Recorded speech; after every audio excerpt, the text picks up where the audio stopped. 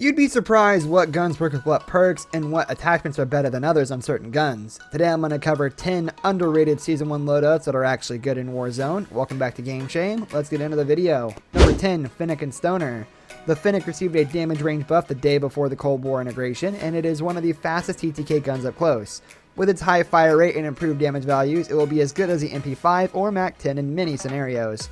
Players will have issues with the Finnick's ammo capacity, so the gun is probably best in solos or duos.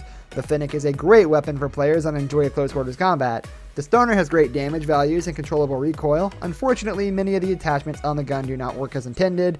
Once the attachments get fixed, the Stoner could overtake the Bruin as the best LMG in the game. Rate of fire. It fires 1,050 rounds per minute. Number 9, Uzi and Scar. Both the Uzi and the Scar have been under the radar weapons since Warzone's launch.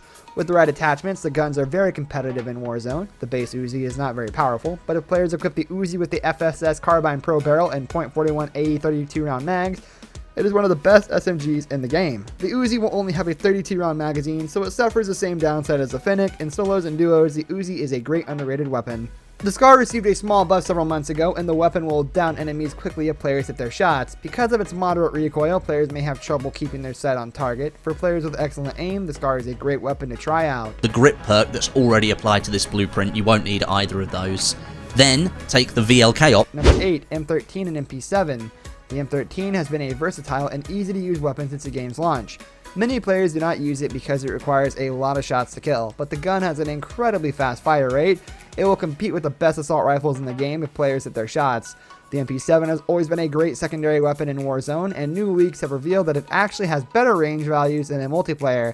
It is one of the simplest guns to use and is one of the best weapons in medium range gunfights. So if you're looking to get the best advantage and use the best weapon setup, then here it is. So with all the things out of the way. Number 7, PKM and Sniper. Many Warzone players overlook the PKM because of its mobility and slow reload time. However, the gun is one of the best TTKs in the game at medium range. If players choose to make the gun more mobile and pair it with a long range weapon like the Kar 98K, it can be a dominant weapon in Battle Royale.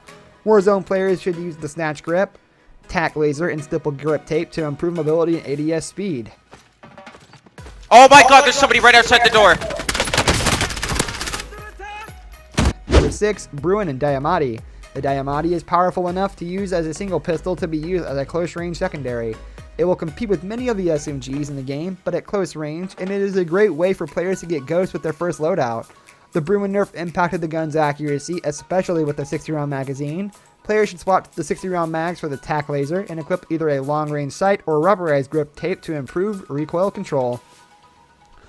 As you can see here, I'm using the Hangman scope on the Tundra, and at the top of the scope, you can see a number, and that's Number 5, Grau and Sniper. The Grau is still a great weapon to use in the game because of its control and recoil pattern.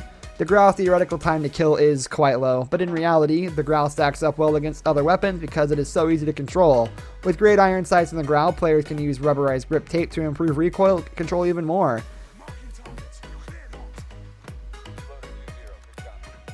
Number 4, PP19, Bison, and Finn LMG. Both these weapons are middle of the pack when it comes to damage ranges and TTK. However, the Bison and Finn both have easy to control recoil and large ammo capacities. Players that have used the floor loop Bison know how accurate the gun is, and with an 84 round magazine, taking on multiple enemies is easier. Accuracy is key with the Bison and Finn, but both weapons will surprise players that use them. Behind you, Lucky. Nice, well done. They're resing on blue. Number 3, Odin and P90. The Odin and P90 have been underrated and overlooked weapons in Warzone, primarily because of their recoil. The Odin kills enemies very quickly, but its slow fire rate and bouncy recoil pattern punishes players that fail to hit their shots. Warzone players should give the gun a chance. It is much better than players might think. Players with the Manzolina blueprint should consider using the iron sights, which frees up a slot for recoil control or ADS speed. Cold War and Modern Warfare weapons in the same loadout within Warzone. So, overall, lots more Warzone. Number 2, Ram 7 and Sniper. Even with the introduction of the FFR and Groza, the Ram 7 is still one of the best guns to use at close to medium ranges. Instead of using the VLK3X optic, players should use rubberized grip tape and remove the optic. With the Sniper and the Ram with improved recoil control, players have the advantage over longer range assault rifles with less damage and more powerful assault rifles with more recoil. Deer barrel on the M4 over the Corvus Custom Marksman. The M4 is one of the most adaptable. Number 1, M4 and AUG.